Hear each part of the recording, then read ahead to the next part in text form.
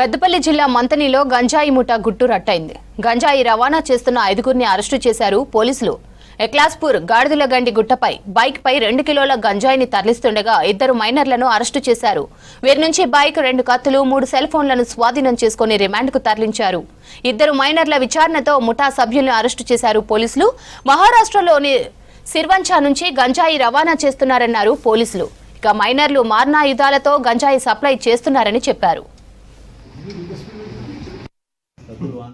తెలంగాణ రాష్ట్రాన్ని drug free స్టేట్గా గంజాయి మత్తు పదార్థాల లేకుండా చేసేటువంటి రాష్ట్రంగా చేయించాలనేటువంటి ముఖ్యమంత్రి గారి సంకల్పం మేరకు రామగుండం కమిషనర్ గారి ఆదేశాల మేరకు మేము ఈ గోదావరిఖని సబ్ డివిజన్ లోపల పూర్తి స్థాయిలో ఈ గాంజా మరియు ఇతర మత్తు పదార్థాలను కంట్రోల్ చేసే దాంట్లో భాగంగా ఈరోజు కొందరి మీద నిఘా పెట్టడంతో ఈరోజు మంత్రి ఎస్ఐ ఒక 3 వ్యక్తులను గంజాయి రవాణా చేస్తుండగా పట్టుకోవడం జరిగింది.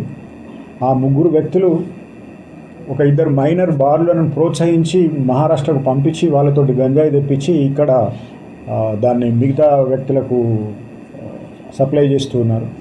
ఆ క్రమం లోపల ఆ 2 మైనర్ బార్లను ఒక 3 వ్యక్తులను కూడా మేము పట్టుకొని ఈరోజు అరెస్ట్ చేయడం జరిగింది. ఈ 3 వ్యక్తుల నుండి దాదాపు 2.5 కేజీల గాంజాయి, ఒక 2 కత్తులు, 3 సెల్ ఫోన్లు, ఒక బైక్ కూడా మేము స్వాధీనం చేసుకొని ఈరోజు వాళ్ళని కోర్టుకు పంపించడం జరుగుతుంది. ఈ వ్యక్తులను మేము ఇంట్రాగేట్ చేయడంతో దాదాపు ఈ చుట్టుపక్కల మంతని ప్రాంతం లోపల ఇంకొక 20 మంది వరకు వాళ్ళ పేర్లు పొటెన్షియల్ ఎవరెవరైతే పూర్తి స్థాయిలో గంజాయి తెప్పించి ఇతరులకు అలవాటు చేసి వాళ్ళతో కలిసి తాగి ఎవరెవరికైతే డిస్ట్రిబ్యూట్ చేస్తున్నారో ఇంకొక 15 నుంచి 20 మంది వరకు మేము ఐడెంటిఫై చేయడం జరిగింది.